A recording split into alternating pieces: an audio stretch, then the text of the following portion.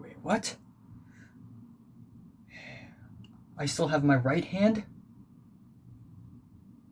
Wait, I'm supposed to be doing a review now? Oh my god. I've restarted again.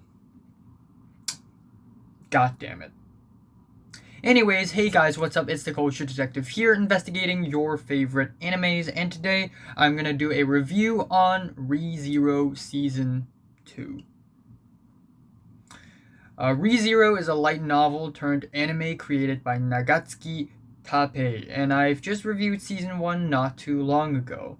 To recap, Subaru went into a parallel world and gets killed over and over and over and over and over again. It's endless pain and suffering. Similar to the Full Metal Alchemist anime, we also have the Seven Sins being the ultimate antagonists of the story, but at the end of Season 2, they're not really ultimate antagonists. But to complicate things, these witches of the Seven Sins have followers as well. They're basically the archbishops of those witches and are leading cults. In the meantime, Subaru fell in love with Amelia, a half-elf girl who was running for queen, alongside with 4 other girls. In the mansion that Amelia lived in, we have Rosewall, the mansion owner, Beatrice, the library spirit lolly, we have Rem and Ram, the maids, and Rem specifically loved Subaru. So, after watching Season 1, I was actually thoroughly impressed, because Season 1 is unlike what I have imagined, in that yes, it starts off as a bit of a comedic isekai with a murder mystery twist, but at around episode 13 is when I realized that Re:Zero is so much more painful and so much more impactful and emotional than I have ever expected. I mean, the level of impact that these episodes have is just insane. It gets really violent and dark in a few episodes in the middle of Season 1, and then towards the end we have these very emotional fights and battles as well. And even though, yes, Season 1 is a little tonally inconsistent, it feels like 3 TV shows, 3 stories put into one, and each one of their tones are different, but still, in the general scheme of things, Season 1 is fantastic. And personally, I think Season 2 is also just as good. So now we enter Season 2. Episodes 1 to 3 are pretty narrative-driven episodes. I was honestly curious what the tone of Season 2 is going to be, because I'm expecting it to be different again. Episodes 1 to 3 definitely didn't reach the emotional heights and pain and agony of the Season 1 middle episodes, but are pretty interesting all in all. There's just a bunch of small questions left here and there, and I don't know until when will the story finally tell us the answers to these questions. Episode 1 is an episode with a shocking reveal that is heartbreaking and worrying, but other than that, not much had happened. I also see that memory is a constant motif in the story, people forgetting things, people not knowing things because they haven't happened yet, but Subaru does because he's experienced it already. Episode 2 is slightly more eventful. We are introduced into a new character called Frederica, who's a former maid of the mansion and is a half-beast, half-girl. And then for some reason, the witch of greed, Echidna, suddenly showed up and brought Subaru into a world and had a tea party with him. It's the first time in the story where the story shows one of the 7 evil witches herself. And she turns out to be a bit of a comedic character, at first anyways. Though again, Re:Zero is not to be underestimated. There's still something really interesting going on with Echidna. Also, the fact that Subaru spoke to her like she's nothing is just kind of funny. We also have a moment where Beatrice is revealed to have known Beetlejuice, aka the Archbishop of Sloth, for some reason. On episode 3, Subaru, Amelia, and Otto, the traitor, tried to go to the sanctuary and find Rosewall and the other villagers where they were being held under house arrest. Basically, the sanctuary, aka the witch's grave. is it's a place that has a barrier that blocks demi-humans from escaping it. So essentially, the demi-humans, they want to escape the sanctuary, they want to leave the place, but there's a barrier around the place. If they cross the barrier, they die, and they don't want to die. But the only way to break the barrier is for a person to go through a certain trial inside the sanctuary and succeed so that the barrier will break. So the demi-humans held the villagers and Rosewall under arrest and hoped that they can undergo a certain trial, but Rosewall failed, or more like he's not qualified, but Amelia was, so the story gets more interesting now. Then we have episodes 4 to 6, and the interesting story does not stop. Episode 4 could be considered as one big bottle episode where Kazuma woke up in the real world and confronted his own past by speaking to his own parents, deciding to change his lifestyle as a shut-in and instead finally go to school, realizing that it's important for him to change and be grateful to the people around him. While it's a really slow episode, it's another really beautiful and heartwarming episode, and once again, it's really impressive to see how much Subaru's character had changed. Episode 5 is a bit of a transitional episode. We have Subaru and Ram and Amelia and Garfield and Rosewall in the sanctuary still.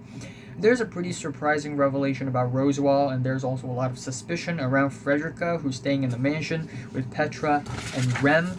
And at the very end, we finally have our first death in the season. And so we begin our next run of the same time loop where Subaru wakes up in the sanctuary again, because at one point on the first night, I think, after they went to the sanctuary, Amelia went to the trial and was undergoing the first trial out of the 3 trials. And Subaru was like, oh my god, I'm not going to let Amelia get hurt. So Subaru ran after her, and himself is also qualified. And he is also qualified to go through the first trial. And he succeeded for some reason. And then after he succeeded the trial, he's supposed to wake up in the sanctuary temple. And that is like a checkpoint, basically. So episode 6 is the second run. Elsa, the Bowel Hunter from season 1, had returned. I didn't expect her to return this fast, but wow. Then suddenly we have a cursed beast, a Ma beast, showing up in the mansion as well, and the problem gets complicated. The fight scenes are entertaining. The fact that Subaru and Ram and Petra and Frederica aren't that powerful made this fight more entertaining, but also how uncertain the fight is. The characters are all split up at one point, and we don't really know what's going on in other people's point of view because we're always with Subaru. Now that I think about it, the only few moments where we're not in Subaru's POV is that scene where Rosewall and Ram have a small chat while looking out in the window in season 1, and that's it. We're always in Subaru's POV, though in the rest of the season 2, there are still a couple more scenes where Subaru is not present, but you get the idea. Episodes 7 to 9 further complicate things and make this arc super messy in an entertaining way. On episode 7, we have another shocking revelation about a certain character whose real motives and personality had been kept in the dark ever since the beginning. Then Subaru started his third run in this loop. Once again, this loop is about 3 to 4 days long, so it's again a pain in the ass to go through all of it again. But something completely unexpected suddenly took place. Garfield had become the villain of the episode, and Subaru was basically locked up, imprisoned for 3 days, which felt like nothing. If there's one complaint I have with this episode, it would be that the 3 days of imprisonment didn't feel as heavy as it should be. Subaru didn't escape half dead from the prison. Episode 8 is simply fantastic. It's kind of cool how a certain character becomes the villain on each run, like how back in the Mansion Murder Mystery arc, Rem killed Subaru one time, the next time Ram tried to kill him. Back in the Massacre arc, the witch cultist killed Subaru a couple times, Puck killed him a couple times. Subaru had been hurt and or killed by all sorts of people. Aside from the very tragic fight scenes, we also have an even more tragic and brutal death for Subaru, the most brutal yet even more brutal than beheading after being turned to ice. I won't spoil it, but damn, that is a painful ass death. Episode 9 is still pretty good even though it's not as stacked. Where's my orange juice? I was like, I could have sworn there was a cup beside me. I found it. It's in another room.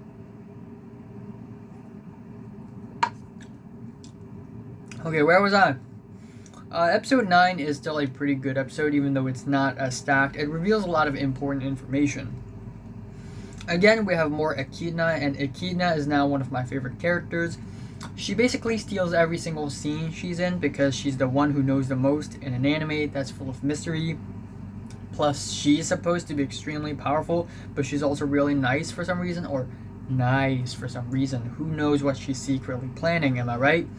We also, for some reason, crazily and unexpectedly see the Witch of Pride, who's this little girl, and then the Witch of Wrath, who's actually not scary at all. She's just really angry. And then the Witch of Gluttony, who's scary, but not that scary. She's in a box like a coffin, and she's strapped in chains, and she basically looks like a cute 14-year-old girl. Welcome to anime, I guess.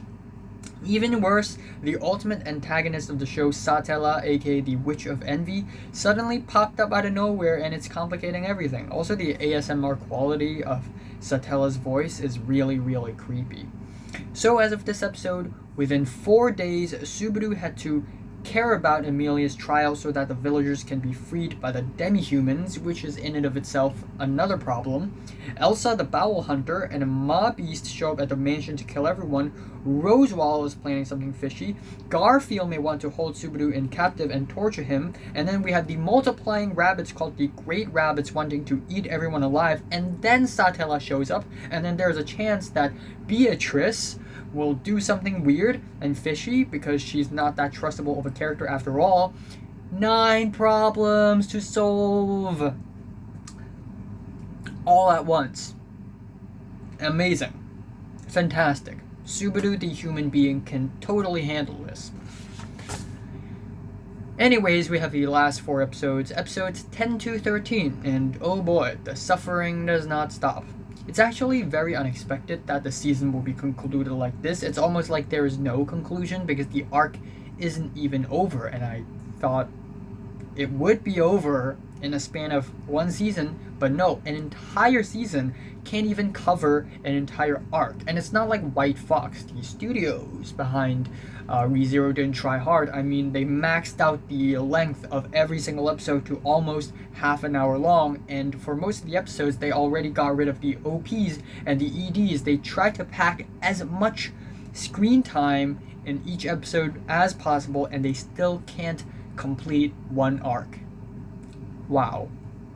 Anyways, we finally see more Satella and how scary and powerful she is on the 4th run, and on the 5th, Subaru formulated a plan, and instead of taking care of the things in the sanctuary, he immediately takes off to the mansion and deal with the mansion problems first.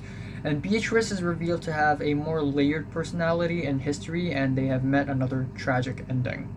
Episode 11 is even more tragic and painful, with the 6th run, with a Game of Thrones-esque character reveal, where the character is revealed to be so much more evil and had always had a scheme in the back. Episode 12 to the first half of episode 13 is basically a 45-minute long scene, where Subaru was once again invited to Echidna's tea party, except chaos happened and every other witch showed up, all 7, including Satella. Imagine the chaos. And they had some really memorable interactions. Not funny though, it's all pain and seriousness. Echidna was going to trick Subaru into giving his own body to be her soul's vessel. Then other witches showed up, and Subaru broke down in tears and ranted and tried to end his own pain and suffering. We also have some trippy sequences, which are something I didn't expect, but I kinda enjoy. Then, episode 13 ends off with another shocking interaction with Rosewall and Otto trying to help Subaru, and it ended off strangely with Otto defying his own character, but all in good spirit. And it's also the 6th run of the same loop, I remind you, which is the most runs of the same loop in the series so far. Also, by the way, in the comments, I will be writing down I will be counting how many runs of the same loop there is in this arc, and it's spoilers, so I will be putting a lot of space. Spoilers, you get the idea. Overall, ReZero Season 2 does feel very, very, very, very different from Season 1. Again, the way Season 1 is sort of separated into 3 parts make it kind of tonally inconsistent, kind of like 3 series put into 1. This season feels like the exact opposite. It's basically one super duper long arc and it's not even finished. And I totally didn't expect this. This entire season is basically one big chunk of puzzling, complicated, emotionally torturous mess, and it does feel hopeless when Subaru had been going through the same 2 to 3 days since episode 4, over and over and over. We also have way more gruesome deaths and the appearance of not 1, not 2, not 3, but all 7 of the witches. And it's surprising that those witches don't exactly serve the role as ultimate antagonists or anything, defying my expectations. We also have a lot of character defying moments where the character reveal another side of them, which is well developed and built up to. Again, with Subaru experiencing the same time loop over and over and over again, we get to see different sides of the same character, and it makes those characters more layered. And it's a really good plot device for Nagatsuki Tabei to explore different sides of the same character. Well, I guess one way to do it is to just have things happen over and over and over and over again. Then I guess we would see the full side of a character. So there's that.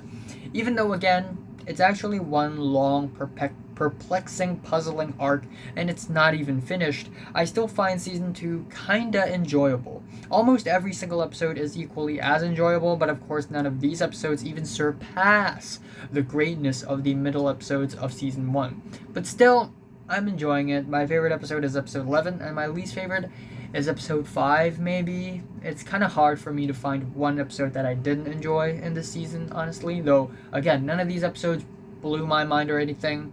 I'm giving ReZero Season 2 a decent to strong 8 out of 10. So, have you watched ReZero 2 from 1 to 10? How much did you rate it? Like it and subscribe if you want more, and thanks for watching. Next anime I'll be watching is Tower of God. So, look forward to that. Yay!